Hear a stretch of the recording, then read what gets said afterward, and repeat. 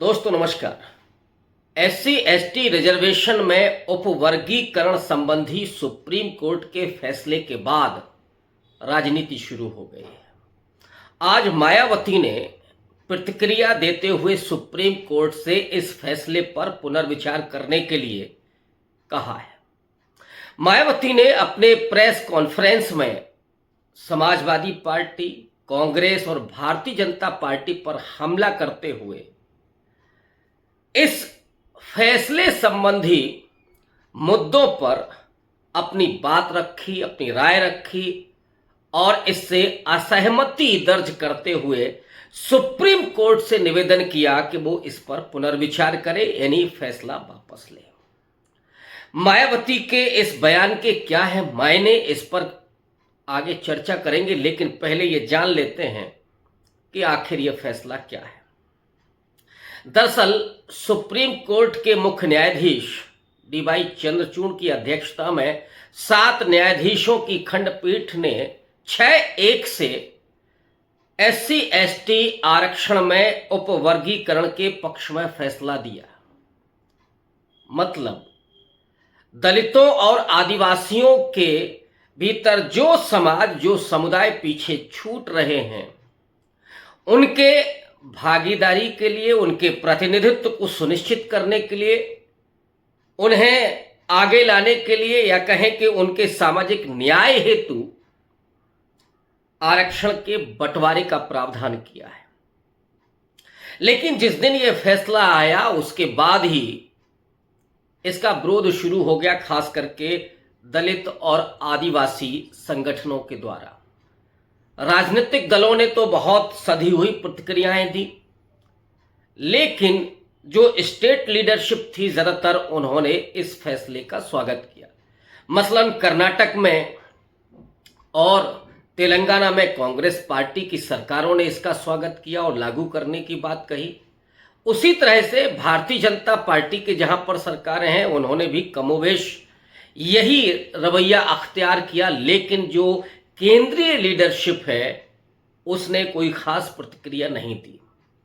उसकी तरफ से कोई स्पष्ट प्रतिक्रिया नहीं आई, जबकि अन्य राजनीतिक दलों ने भी, चाहे वो समाजवादी पार्टी हो या और दूसरे राजनीतिक दल हों, उन्होंने भी इस फैसले के पक्ष में दबी जबान से सहमति जाहिर की। मायावती ने भी शुरू में कुछ ऐसा ही ट्वीट किया था, लेकिन आज उन्होंने इस फैसले के खिलाफ मोर्चा खोल दिया। अब अचानक मायावती का ये रुख क्या कहता है?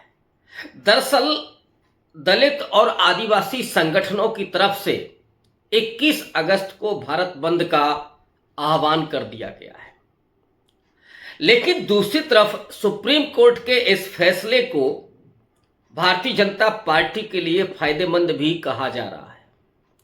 जो दलितों में छूट गई जातियां हैं, कहीं सशक्तिकरण में, कहीं उस सामाजिक न्याय की प्रक्रिया में, वो गोंड हों, खरवार हों, वो और दूसरी मुसहर जातियां हों, जो अदृश्य हैं, ठीक तरीके से जिनके लोग नाम भी नहीं जानते हैं अभी, वो आगे बढ़ें, इसके संदर्भ में इसे देखा जा रहा है। और ये माना जा रहा है कि भारतीय जनता पार्टी इस फैसले के जरिए इन समाजों को अपने साथ करना चाहती है। और दलितों में जो कुछ जातियां उभर करके सामने आई हैं, जैसे उत्तर प्रदेश में जाटव, बिहार में पासवान, इन जातियों के अलावा जो अन्य जातियां हैं, वो खास करके मध्यम जो जातियां हैं, वो अभी या तो साइलेंट मोड पर हैं।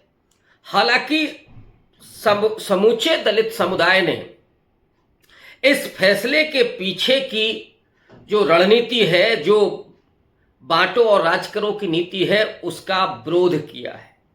लेकिन ये भी है कि जो पीछे छूट रही हैं उन्होंने इसका स्वागत किया है। मसलन वाल्मीकि समाज हो, मुसहर समाज हो, खरवार समाज हो, वो इसके पक्ष में खड़ा हुआ सीधे तौर पर दिखाई दे रहा है।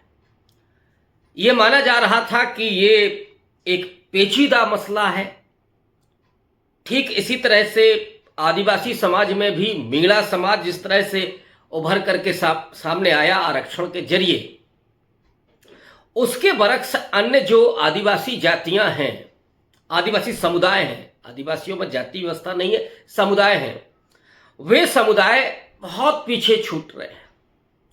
उनके लिए भी आरक्षण आगे बढ़ने का साधन बने, रास्ता बने, ये एक कोशिश इस फैसले में दिखाई पड़ती है। आप कहेंगे बेहद सकारात्मक है, और जाहिर तौर पर जो पीछे छूट रहे हैं उनको अवसर मिलना चाहिए। लेकिन इसमें जो साजिश छिपी हुई है, पहली तो ये कि ये जो समाज अभी अदृश्य हैं, जिनके बच्चे अभी विश्वविद्यालयों तक नहीं पहुंचे हैं, अगर वो रिजर्वेशन होता है तो वो सीटें खाली जाएंगी, एनएफएस होगी।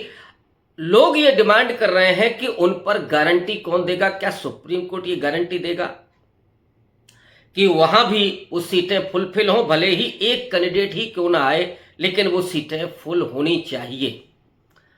हालांकि ये भी एक प्रावधान है एससी एसटी रिजर्वेशन के संदर्भ में कि अगर कोई सीट खाली रह जाती है, मसलन एसटी सीट खाली रह जाती है, तो वो एससी से भर ली जाती है।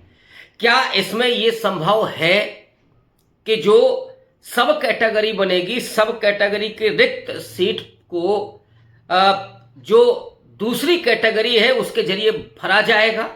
लेकिन ये लंबी प्रक्रिया हो जाएगी, और इसके जरिए जो एससी कैटेगरी की या एसटी कैटेगरी की सीटें हैं उनको लंबे समय तक खाली रख करके आगे उन्हें जनरल कैटेगरी में तब्दील किया जा सकता है। ऐसी आशंका दलित और आदिवासी समुदायों को है, जो असर्ट करना सीख गए, जो लड़ना थोड़ा सीख गए हैं, जो अधिकारों को लेकर के चेतना संपन्न हैं। ये जरूरी है कि उन समुदायों को भी, उन समाजों को भी, उन जातियों को भी ये समझना होगा कि जो पीछे छूट गए हैं उनको कैसे सहारा दे करके, हाथ पकड़ करके, उनको सम्मान दे करके, उनके लीडरशिप को ही आगे बढ़ाएं, उन्हें वो अवसर उपलब्ध कराएं और उनके प्रति बैर ना रखें। ये सबसे ज़्यादा ज़रूरी है। अगर ये होता है तो फिर भारतीय जनता पार्टी अपने मंसूबे में कामयाब हो जाएगी। दलितों के साथ जो स्थिति है कि दलित सिर्फ आरक्षण से नहीं जुड़ा हुआ है, दलित अंबेडकरवाद से जुड़ा हुआ है, संविधान से जुड़ा हुआ है, और संविधान हर जाति समाज को वो अधिकार देता है। लेकिन ये भी है कि जो पीछे छूट रहे हैं उनके अपलिफ्टमेंट के लिए भी स्पेशल अगर प्रावधान होते हैं तो उस पर भी विचार किया जाना चाहिए। लेकिन कहीं ये साजिश तो नहीं है कि जो सामाजिक पिछड़ेपन के आधार पर, शैक्षिक पिछड़ेपन के आधार पर आरक्षण का प्रावधान किया गया था, उसे कहीं आर्थिक आधार पर तो नहीं किया जा रहा है। ये भी उन दलित समाजों को, आदिवासी समुदायों की चिंता है, ये उनकी तरफ से कहा जा रहा है। तो जाहिर तौर पर ये एक बड़ा मसला है, मुद्दा है। और अब जब इसके खिलाफ, इस फैसले के खिलाफ 21 अगस्त को भारत बंद का ऐलान कर दिया गया है, ऐसे में मायावती ने आज प्रेस कॉन्फ्रेंस करके सुप्रीम कोर्ट के इस फैसले की आलोचना की है। साथ ही उन्होंने जो प्रमुख राजनीतिक दल हैं उनकी भी आलोचना की है। जैसे समाजवादी पार्टी के बारे में उन्होंने कहा कि समाजवादी पार्टी ने प्रोन्नति में, प्रमोशन में आरक्षण को इस तरीके से खत्म किया कि उसके बाद केंद्र सरकार या सुप्रीम कोर्ट भी उस पर कुछ करने की स्थिति में नहीं है। मायावती का कहना है कि भारतीय जनता पार्टी और कांग्रेस पार्टी भी आरक्षण विरोधी है। ये ऑब्वियस है कि ये राजनीति अपनी जगह है, लेकिन मायावती का ये स्टैंड क्या मायावती की राजनीति को फिर से खड़ा करने का कोई अवसर देगा? क्या इसकी उम्मीद की जा सकती है? क्योंकि अब चंद्रशेखर आज़ाद मैदान में हैं और चंद्रशेखर आज़ाद ने पहले से ही विरोध किया इस फैसले का। आज मायावती उसका विरोध कर रही। क्या उन्होंने यही महसूस किया है कि अगर पूरा दलित समाज, खास करके उनका अपना समाज, जाटो समाज अगर इसके विरोध में खड़ा हो रहा है और अगर उन्होंने वक्त की नजाकत को नहीं समझा तो फिर उनका समाज उनके हाथ से निकल जाएगा और वो चंद्रशेखर आजाद की लीडरशिप की तरफ चला जाएगा। शायद ये कारण है, लेकिन मायावती का मैदान में आना ये कहता है, ये बताता है कि अब इस फैसले पर आसानी से सरकार कानून बनाने के लिए तैयार नहीं हो सकती। मायावती अभी भी एक विशेष जनाधार वाली नेता तो हैं ही, ये ताकत तो अभी उनके पास है ही, और लोग तो बराबर ये कहते हैं कि अगर मायावती मैदान में आती हैं तो उनकी ये ताकत बढ़ेगी, भले ही वो कितनी भी कमज़ोर हो गई हों। लेकिन अगर वो केवल प्रेस कॉन्फ्रेंस करती हैं और इसके आगे कुछ नहीं करती हैं तो भी सवाल खड़े होंगे। तो क्या मायावती उसके जरिए बीएसपी को फिर से खड़ा करने का प्रयत्न करेंगी? इसकी संभावना कम है। लेकिन आकाश आनंद को उन्होंने फिर से नेशनल कोऑर्डिनेटर बनाया है, अपना उत्तराधिकारी बनाया है, तो क्या अब आकाश आनंद ये बागडोर संभालेंगे? जो आज मायावती ने प्रेस कॉन्फ्रेंस में कहा है, क्या इसको लीड अब आकाश आनंद करेंगे? आकाश आनंद कल हरियाणा में प्रचार कर रहे हैं, क्योंकि हरियाणा में अक्टूबर महीने में चुनाव होने हैं, बीएसपी का वहाँ गठबंधन में है वो।